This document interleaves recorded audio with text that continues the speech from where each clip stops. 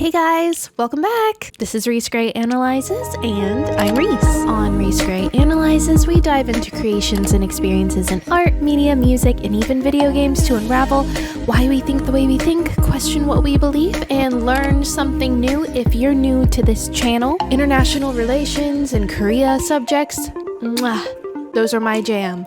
And the craziest thing happened. President Yoon declared martial law during a late-night television emergency address. And his reasoning was that he needed to protect the nation and eradicate anti-state forces that were undermining the country's constitutional order. So to kick this off with a fun fact, most Korean presidents do in fact go to jail. And I'll give you a second to fact check that.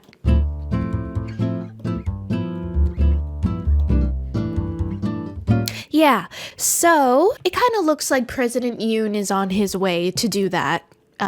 For us now as well. He is a little bit unstable. He's not doing very well right now. There are a couple things going on, both in his personal and professional life. It's all speculation. This just happened. His motivations are likely a combination of, well, yes, my wife definitely did do the corruption that she's accused of, and I want to distract from that. Or perhaps I can't veto this spending bill like I've been doing with the rest of my bills because the National Assembly is an opposing party. Or most likely he's probably thinking, I'm going to lose my job and go to jail. What more do I have to lose? This action seems to be rooted in absolute lunacy. So maybe he was even thinking, well, it's Tuesday night, near midnight in Korea, maybe no one will notice because everyone's asleep. But au contraire, they did notice. And you're probably, at this point,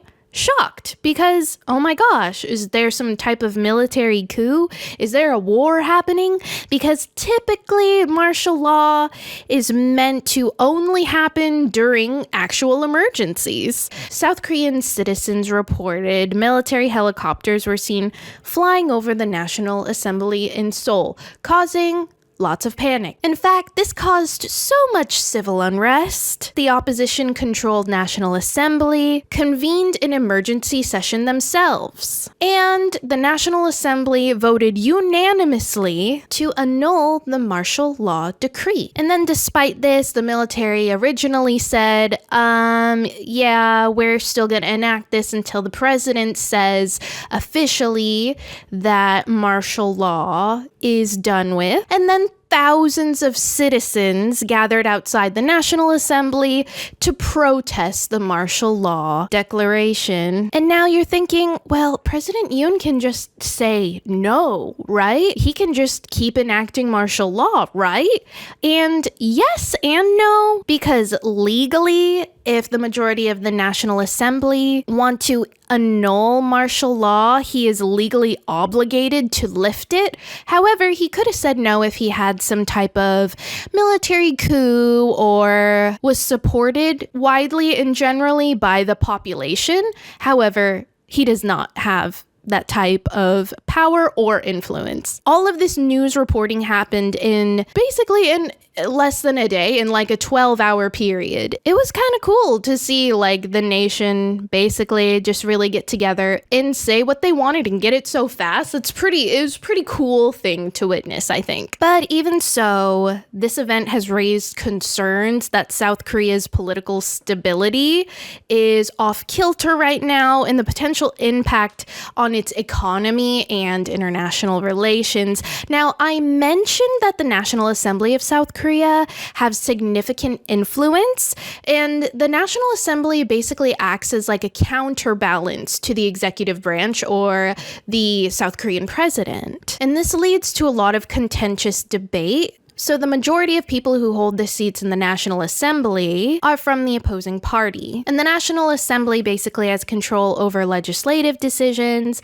including approving or rejecting laws, budgets, and policies. And this opposition between the National Assembly and the president leads to a lot of arguing and not a lot of getting things done. which basically leads to drama. So since President Yoon's inauguration, only about 29% of the bills submitted by his administration have been enacted, and this is compared to 61% during the previous Moon Jae-in presidency. And President Yoon, the current president's policies are very controversial, and this includes proposals like abolishing the Ministry of Gender Equality, and these issues intensified after the 2024 National Assembly elections, where the opposition or the National Assembly gained even more momentum of opposition party members, but failed to achieve a supermajority still needed to override the presidential vetoes whenever the National Assembly would try and push a bill through. So both sides are essentially like deadlocked. And this is why the National Assembly is so frustrated with these presidential vetoes. Yoon has broken records in using his veto power. Since last July, he's broken the record of using the most vetoes for a sitting president. And for comparison, the previous president, Moon Jae-in, used 0 vetoes, actually. So it's not like this has some sort of precedent. Notable things President Yoon has vetoed have been the Nursing Act and the Labor Union Act. So the Nursing Act would have allowed nurses to establish independent institutions, which doctors were against because they didn't want them leaving their hospitals.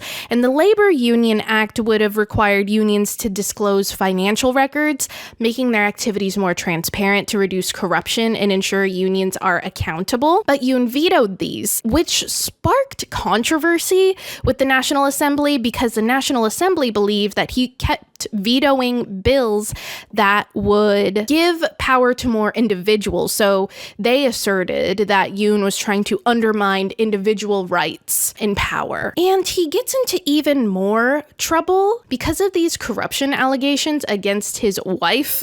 The first lady, Kim Kon-hee, she's been embroiled in like multiple controversies, basically. So allegations include that she falsified her doctoral thesis. More recently, there was a Dior bag scandal where a pastor gave her a $2,200 Dior bag, which exceeds the legal limit for gifts, which is $800 USD, so it's almost triple. Regarding the academic allegations, she has a background in management and earned her master's degree from Korea University, which is like the tippy top university of Korea. And when she earned her doctoral degree, people picked it apart and said that there was no academic rigor to it. There's a lot of similarity between her work and other work, which is really ironic because her thesis was on the social responsibility of businesses and focused on ethical aspects of corporate governance.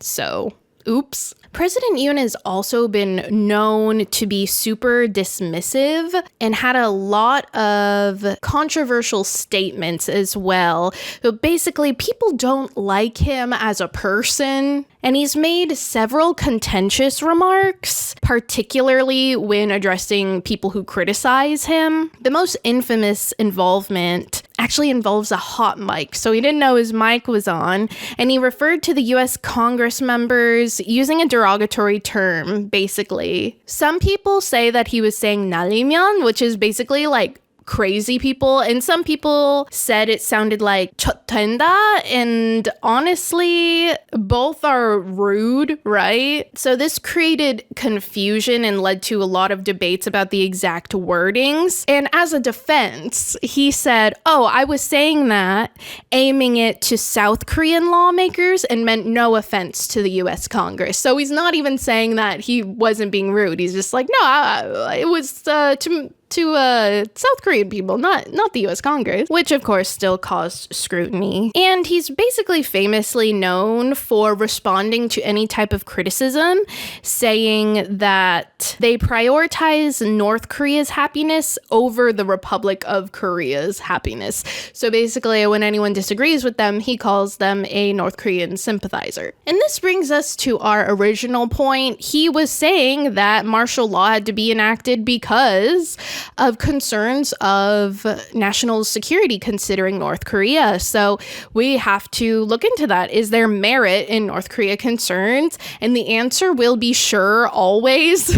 So there's always like this heightened tension on the Korean Peninsula because of North Korea's erratic military activities, but there hasn't been one specific event that I could find that could have prompted this martial law that he enacted yesterday. But recent developments, basically, if you guys are curious about what's happening in North Korea, they're testing these advanced weapons such as hypersonic warheads, and these are basically nuclear capable underwater drones, which is not good. Additionally, what is most concerning is that Kim Jong-un has shifted his North Korean stance by declaring South Korea a permanent enemy earlier this year, and using language calling South Korea a primary foe, an invariable principal enemy, is not great on its own, but he also announced policy shifts that included ending efforts towards reconciliation and dismantling current organizations